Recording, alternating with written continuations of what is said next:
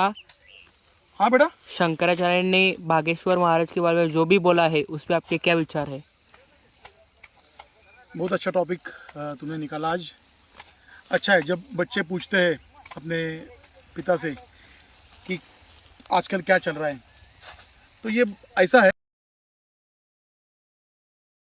कि बागेश्वर महाराज बोल के एक धीरेन्द्र शास्त्री बोल के है, जो हिंदू जागरण का काम करते हैं।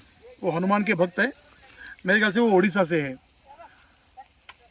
उन्होंने कुछ दावे किए थे जिसके ऊपर सोशल मीडिया में पत्रकार जो अपने अनीस वाले लोग हैं, अनीस यानी मुसलमान वाला अनीस नहीं, अंधश्रद्धा निर्मूलन समिति, तो ये एक संस्था है जो बाबा लोग हैं, उन्होंने अगर कोई दावे किए उसके बारे में सवाल पूछती है। तो ये उनके बीच में चल रहा था। तो ये जो अभी शंकराचार्य है, ये ज्योतिष मठ जो जहाँ पे अभी जोशी मठ है, वहाँ के वो विद्यमान शंकराचार्य जिनका नाम है अविमुक्तेश्वरानंद, तो उन्होंने ये जो धीरेन्द्र महाराज है उनसे पूछा कि अगर वो जोशी मठ में जो अभी ज़मीन धस रही है, सिंक हो रही है, उसको अगर रुका के दिखाएंगे तो वो माने। तो शंकराचार्य के बारे में मैं थोड़ा आपको बताऊंगा। 8वीं सदी में हमारे यहाँ पे बहुत बड़े विद्वान होके गए जिनको हम आदि शंकर या आदि शंकराचार्य के नाम से पहचानते हैं, जिन्होंने अपने बहुत छोटी सी आयु में उन्होंने पूरे वेद का ज्ञान किया। उन्होंने भारत देश का पूरा भ्रमण किया। वो टाइम पे अगर आप देखोगे तो पूरे भारत में अंधकार फैला हुआ था। बौद्ध मत, चारवाक मत, जैन मत और ऐसे अलग अलग पाखंडी मत पूरे भारत के ऊपर हावी हो गए थे। तो जो सनातन वैदिक संस्कृति है उसको बचाने के लिए शंकराचार्य ने, जो आदि शंकराचार्य है उनको पहले नमन करता हूँ मैं, तो उन्होंने ये पूरे जो मत है उनसे शास्त्रार्थ करके उन सबको पराजित किया। बौद्ध धर्म का एक बहुत बड़ा दार्शनिक था जिसका नाम था मंडन मिश्र। तो मंडन मिश्र को उन्होंने हराया। उसके बाद वो मंडन मिश्र ने शंकराचार्य जी का शिष्यत्व प्राप्त किया और वो भी सनातन हिंदू हो गए, वैदिक हो गए। तो शंकराचार्य की ये प्रथा रही है कि जब जब हिंदू धर्म संकट में आएगा, उसके ऊपर जब दूसरे धर्म के लोग हमला करेंगे तो शंकराचार्य जी आगे आएंगे, उनके मतों का पराभव करेंगे और जो भूले भटके लोग हैं उनको वापस लेके आएंगे। तो शंकराचार्य के गद्दी का मतलब ये है। पर आजकल के जो गद्दी नशीन लोग हैं, जैसे ये अविमुक्तेश्वरानंद, क्या ये लोग सही में शंकराचार्य कहने के लायक है? मुझे तो इसके ऊपर बहुत बड़ा संदेह है, क्योंकि ये लोग आजकल के शंकराचार्य, एक भी शंकराचार्य ने हिंदू धर्म के लिए कुछ काम किया हो ऐसा मुझे तो याद नहीं है। हिंदू धर्म का पुनरुत्थान करने के लिए जैसा आदि शंकराचार्य ने किया था, जब बहुत सारे लोग बौद्ध हो गए थे, जैन हो गए थे, चारवाक के मत के हो गए थे, चारवाक यानी अथीस्ट हो गए थे, तो उनको सबको पराजित करके उन्होंने पूरे भारत को फिर से वैदिक बना दिया। तो ये शंकराचार्य का मूल गद्दी का काम है। पर ये शंकराचार्य कर रहे क्या नहीं कर रहे, जो काम करे उनके काम में भी ये लोग रोड़ा डाल रहे हैं। अभी के जो शंकराचार्य है ज्योतिष मठ के, जिनका नाम है अविमुक्तेश्वरानंद, शंकराचार्य जैसा नॉलेज उनके पास है क्या, मुझे संदेह है। क्योंकि उन्होंने जो डिमांड की है वो डिमांड ही पूरी तरह से गलत है।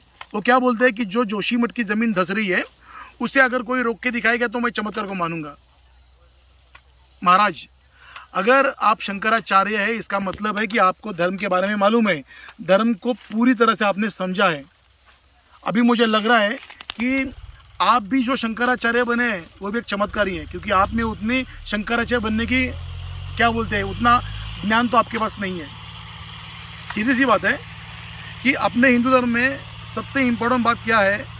इम्पोर्टेंट बात है कर्म सिद्धांत और विधि लिखित, यानी जो आपके नसीब में लिखा है, जिसे हम विधि लिखित बोलते हैं, उसे प्रत्यक्ष ईश्वर भी बदल नहीं सकता।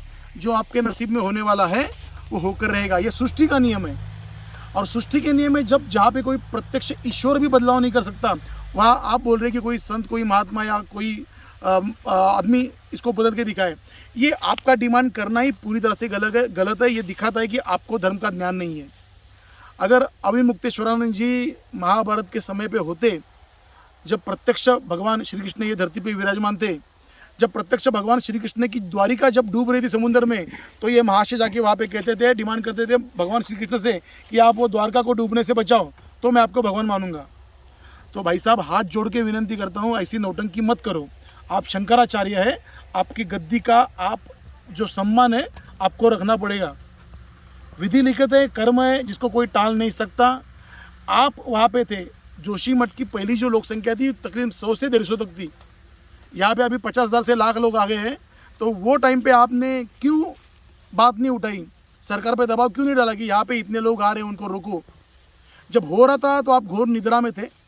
अभी आप डिमांड करो कि आपकी जल रही है कि कोई दूसरा आदमी मेरे को मानने के बजाय दूसरे को मान रहा है, तो आपकी जल रही है, सुलग रही है। महाराज मैं आपसे ये बात करूंगा कि आप ये गद्दी छोड़ दो। बागेश्वर धाम का धीरेन्द्र शास्त्री जो है वो अच्छा काम कर रहे हैं, हिंदुओं के पुनरुत्थान के लिए काम करे। उन्होंने सैकड़ों नहीं हज़ारों जिन लोगों ने क्रिश्चियन हो गए थे, मुसलमान हो गए थे, उन लोगों को फिर से सनातन हिंदू धर्म में लाया है। तो आप अगर उनका समर्थन नहीं कर सकते तो कम से कम टांग तो मत अड़ाओ। शंकराचार्य हो, शंकराचार्य की गरिमा का आप सम्मान करो। अगर नहीं हो रहा है तो गद्दी छोड़ दो, यही मैं कहूँगा। आप जो चमत्कार की डिमांड कर रहे हो वो कौन से भी बेसिस पे बैठता नहीं है। आपने जो भी बोला है उसका मैं कड़ी निंदा करता हूँ।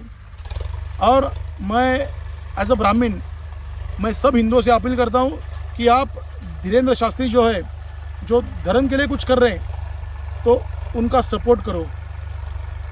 ये जो शंकराचार्य या बाकी के जो आचार्य प्रमोद है, ये सब कांग्रेस के टट्टू है। इनका काम ही है हिंदुओं में फूट डालना।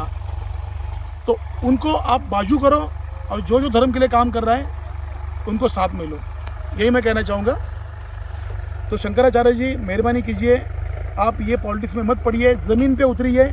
लोगों को जैसा क्रिश्चियन मिशनरी करते हैं, मुसलमान तबलीगी करते हैं, गांव-गांव में जाइए और हिंदुओं को जो भूले बस रहे हैं, जिन्होंने दूसरे धर्म की राह पकड़ ली है, उनको एक कीजिएगा।